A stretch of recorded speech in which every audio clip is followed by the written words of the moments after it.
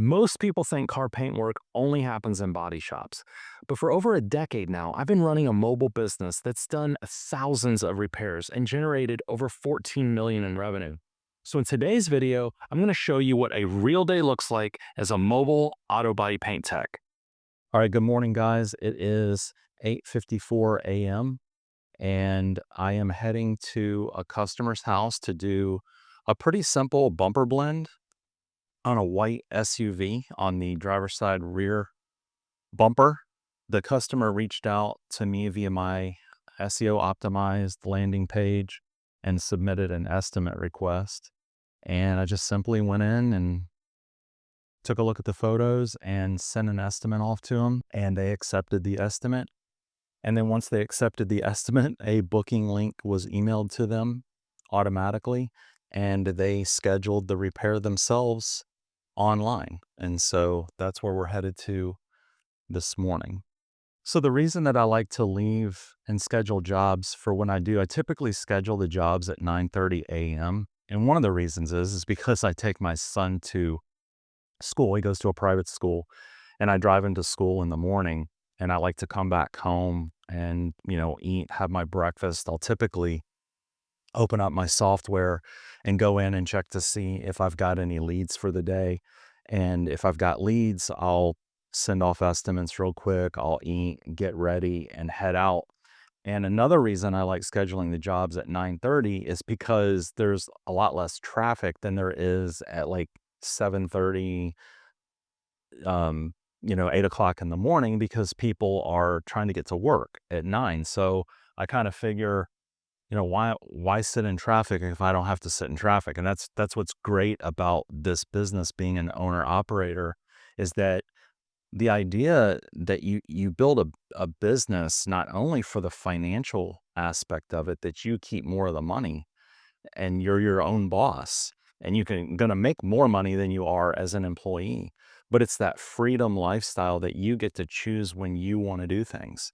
If you want to schedule your repairs at 9:30 a.m., guess what? You can. You don't have a boss telling you when you have to be at a customer's house.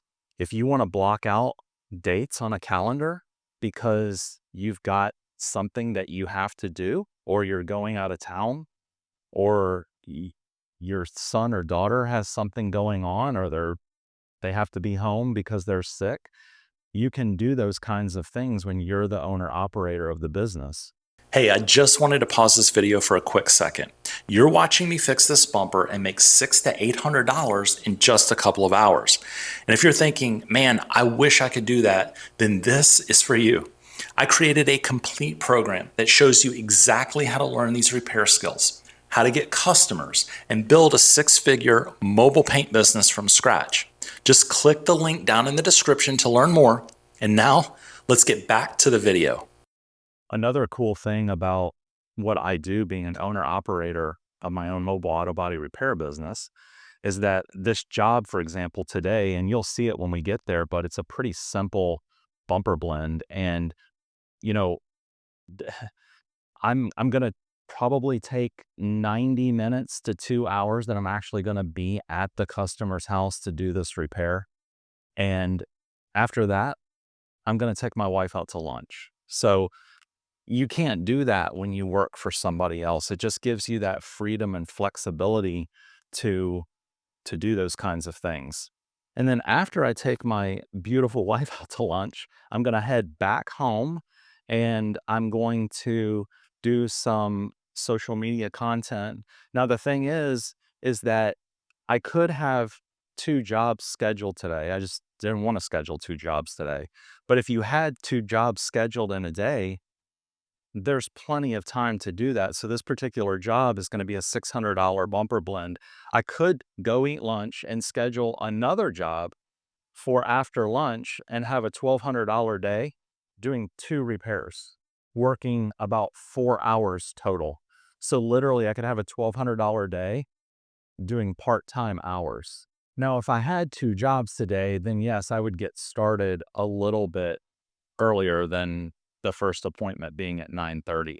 But that's something that I can control in my software by just changing my availability on the calendar. So when people go to book themselves, they can do that. So I could have just dropped my son off at school and headed straight to the first customer's house. So I talked a little bit about this job that we're going to do. Like I said, it's a simple bumper blend. The thing is that to the customer, I get a lot of comments about this online about price. I mean, it really triggers people. And the funny thing is,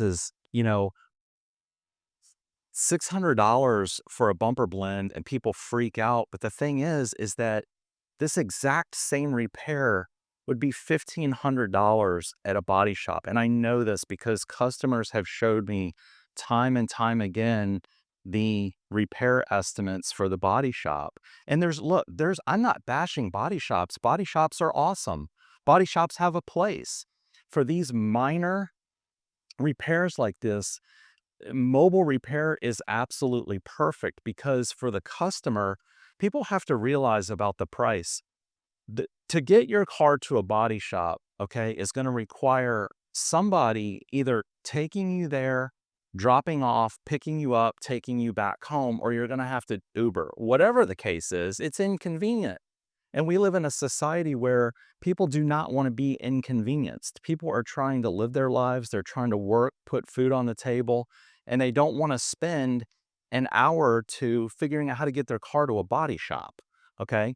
And second of all, the car is going to be at the body shop for at least a couple of days. And a lot of customers I talk to, the body shop can have their car anywhere from 2 days to 7 days, sometimes beyond that, depending on how much work the body shop has. And so when you tell a customer, first of all, you price anchor with what the body shop is going to charge, which again, I understand a body shop has a lot more overhead and that's fine.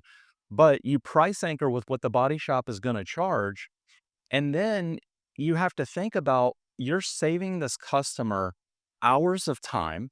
And also, you're saving them being without their vehicle. And then you're doing the job for typically 40 to 60% less than the body shop. When you factor all that into a customer, they're like, this is the greatest thing since sliced bread. So the funny thing is, I get all these comments online about price. And ironically, customers are absolutely thrilled with the price. And oftentimes, I would say 7 out of 10 jobs, I get at least a 10% tip. So on a $600 bumper repair, I'll get another $60. So it's hysterical. Like here, I'm making $600 in 90 minutes, and I got dudes online saying that the price is too high. But yet the customer's thrilled with the work and gives me a 5-star Google review.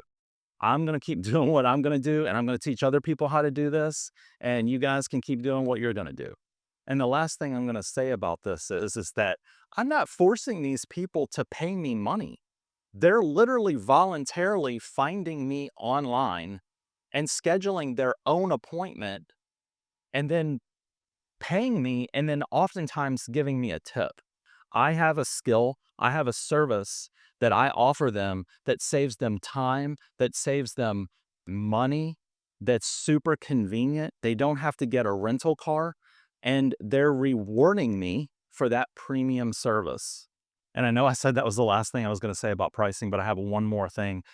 I get a lot of comments too about people saying that, well, people won't pay that in my area. And I do understand that. Obviously, different markets are going to have different threshold amounts that people are going to pay. I get that. I will say this though, to be honest with you, a lot of the homes that I go to, these are not super expensive homes. I mean, in my area, a lot of times I'm going and doing repairs at, you know, ranch houses that are 3 bedrooms, 2 baths. I mean, occasionally, yes, I'm going to a very nice neighborhood and doing a repair, but it's a spectrum of people that are willing to pay this because, like I said, for them, it's worth their time and not losing their car.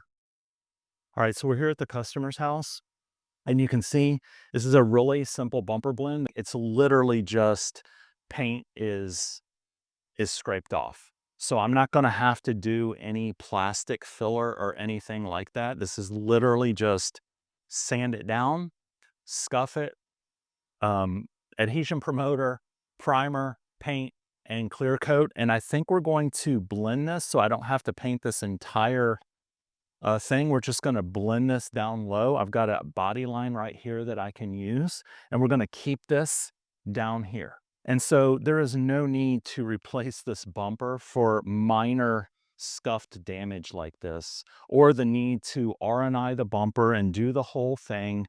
Like I said, the customer bought the vehicle used and it's an eyesore and they just want it fixed and they want it to look new. And if you do a blend correctly, body shops do blends. This is another thing that I see online all the time, the negative comments about blends and it's going to fail. It is not going to fail. I've been doing this for 15 years and it's going to last the life of the vehicle. All right, and if you happen to be a detailer, this is the kind of stuff, guys, that like I've talked to so many detailers and they're turning this work away. And if you can learn how to do these smart repairs yourself, you increase the lifetime value of your customer exponentially, because instead of turning this work away, you're going to be able to do stuff like this for like $600 to $800. And now you've got this customer on your list. And so you're going to be emailing them. And I guarantee you that the customer is going to have additional damage to their vehicles. I can't tell you how many customers use me more than one time over the lifetime that they, own their vehicles. So, all right, I'm going to go ahead and put this protection underneath here to protect the customer's driveway. I always like to do that. So let me just go over the repair really quick. So again, like I said, no plastic filler. We're just going to sand. We're going to use some adhesion promoter. We're going to prime, apply the base coat, and then we're going to clear the bumper and do a blend. So that's what's coming up next. So I ran out of my little sensor stickers that I put over these. So I'm just going to use some tape and just cut around the sensor with the razor blade so that I don't get any paint overspray or anything over top of it. All right, so I've got everything taped up. That needs to be taped up for right this second. I'm just going ahead and I'm going to start sanding. So I'm going to get my DA and I'm going to always start sanding with 180 to sand out damage. And then once I get the damage sanded out, I'll go to 320 and then I'll feather edge all the edges with 320. So just real quick, I mentioned before, because I'm going to be sanding damage here that's close to this tail light, I'm going to go ahead and just put a couple of more strips of tape right here next to this tail light so I don't accidentally hit it.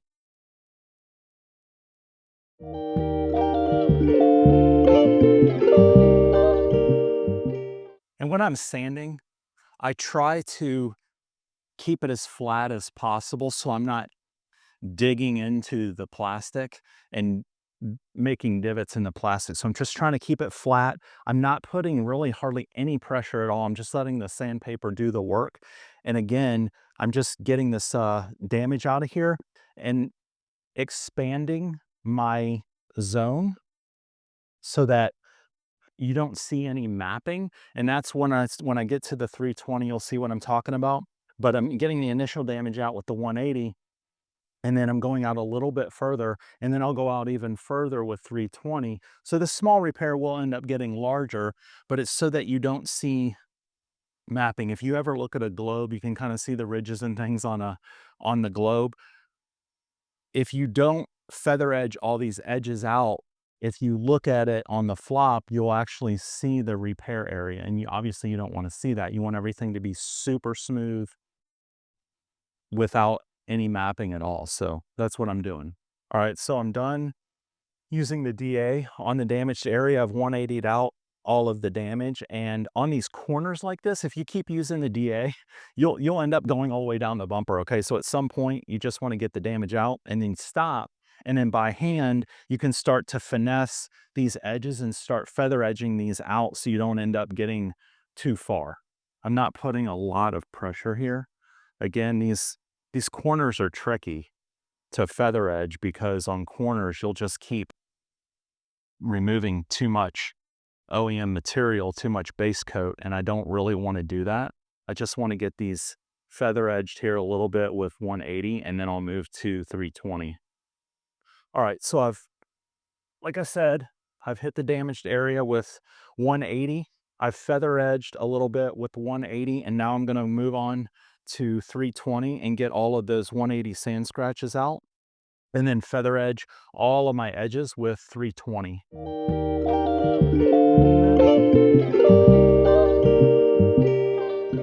All right, so I've got all of the 180 grit sand scratches out with the 320 on a DA. And again, just like before, I'm gonna move on to putting the 320 on a soft block, and I'm really gonna feather out all of these edges, particularly on this corner here.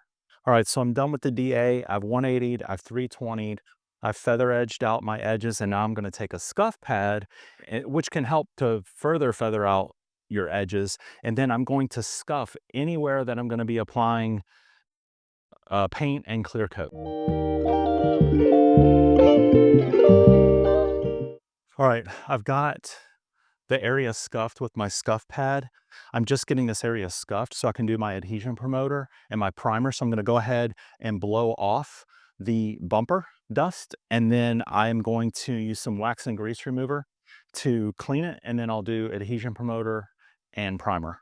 All right, so I got everything tape and papered off so I don't get overspray anywhere. I've applied some adhesion promoter to the plastic because I've got bare plastic. Anytime you have bare plastic, you always want to apply adhesion promoter. And now that I've done adhesion promoter, I'm gonna go ahead. It's a white bumper, so I'm just gonna use white primer. And I use a high build self-etching primer, keeps out moisture. And I'm going to use the primer, fill in any sand scratches, get coverage over my damaged area. And I always use a heat gun, especially this time of year. Even in the summer, honestly, I use the heat gun. It just speeds everything up and makes it go faster. And I usually do 2 to 3 coats of high build primer, scuffing in between each coat. All right, I've got my high build primer. I've got coverage over all of the damaged area, and I've used my heat gun to accelerate the drying process. And I'm just gonna leave it alone because I'm at the point now where I'm gonna go over and start mixing up the paint. And I believe this is a diamond 3-stage pearl, unfortunately. So there's a base layer, and then there is a pearlized top layer, and then you put on the clear coat. So I'm gonna go ahead and go mix the paint up now. All right, one last thing I did wanna mention about the paint, because I get asked this question all the time. I do not have a mixing bank on board my trailer.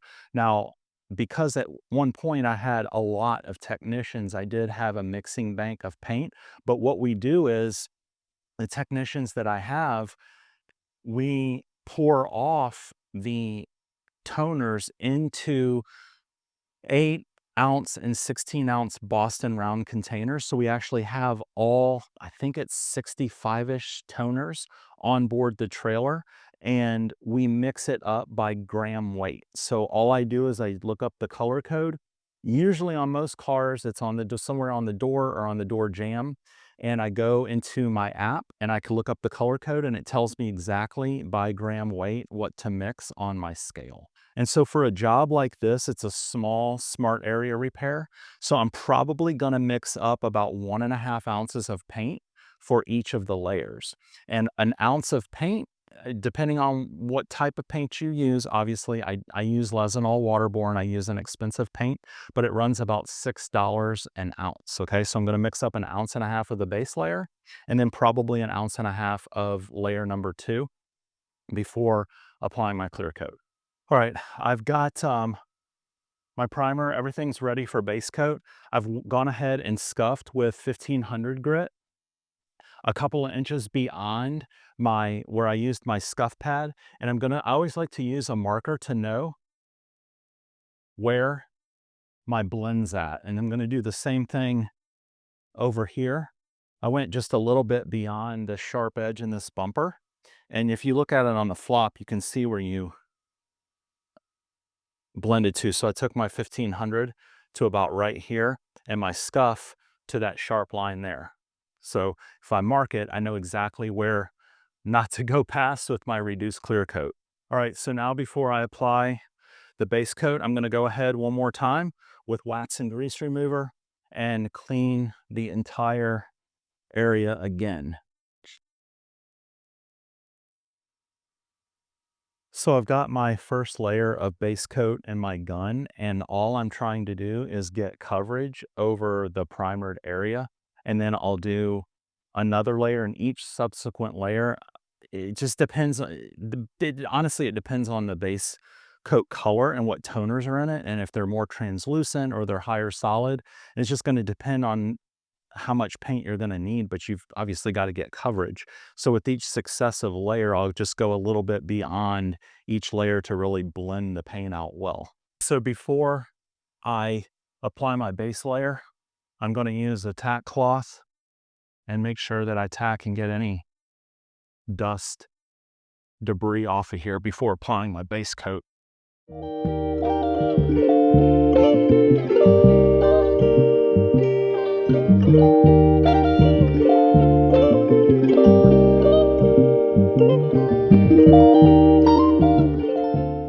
I did want to say something about, I mentioned earlier that I use waterborne paint. So with waterborne paint, it's really weird. Like it kind of has a bluish tint to it.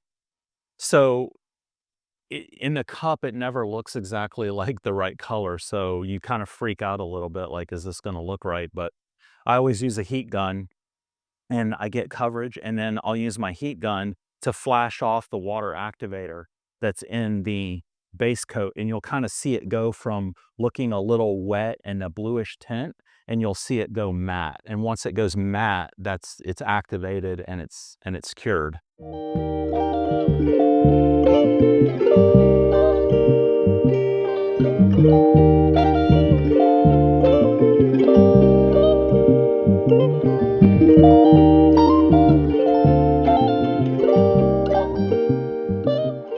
All right, so I've got coverage with my first layer, layer number 1 of the base coat, and I've gone ahead and cleaned out the gun with some water activator, and then I've gone ahead and put in layer number 2 in the cup, which is the pearlized layer number 2, and I'm gonna go ahead and put multiple coats of that pearl layer on top to achieve that pearlized effect. And then once I'm done with that, and I'll blend that out really well, and then we'll be ready for clear coat, and we'll be done.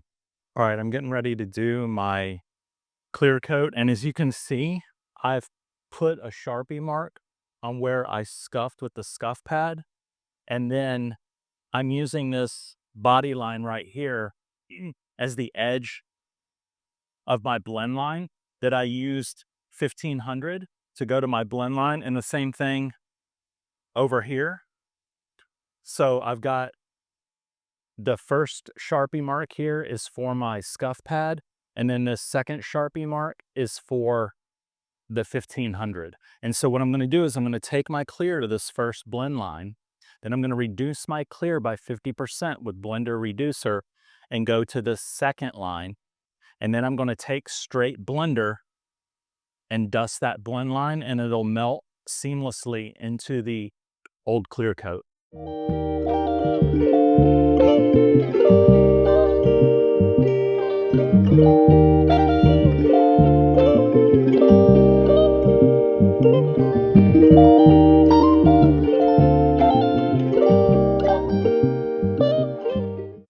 All right, guys, we're all done. As you can see, nice and glassed up.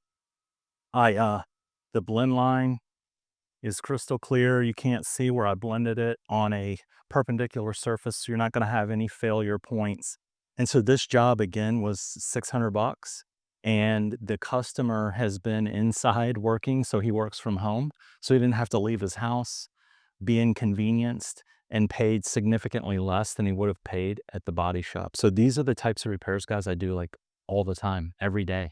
All right, guys, so funny story. So I just went to send the invoice, convert the estimate into an invoice, and I saw that it was actually for $697. So it was a $700 bumper. And I remember, if you remember me talking about earlier, it was a 3-stage pearl. And I remember when I did the estimate now, it was a Lexus. And so I added another $100 for 3-stage pearl. So it was a $700 job. And so we just left the customer's house. The funny thing is too, he actually didn't tell me this before, and a lot of customers don't, but there at the end when I was chatting with him, he told me that he got an estimate from the Toyota dealership for $1,400. And again, I'm not bashing body shops, they have their place, but the customer's like, this is crazy. It's just this little tiny spot. And I'm like, I understand. And so that's what I'm talking about price anchoring is that to him, he just had scraped paint off his bumper and he saw a black scuff on a white car and he just wants that to go away. So I was able to do that for him in his driveway while he was working and enjoying himself inside. It took me about 3 hours and I just sent him a payment link and he's going to pay online and he's going to give me a 5-star Google review. So that's it. And so now I'm done. I'm going to take my wife to lunch, get back home and work on the business. If you're watching this thinking, man, I would love to learn how to make money doing that, then don't miss this next video right here where I break down exactly how to start your own mobile auto body and paint business from scratch.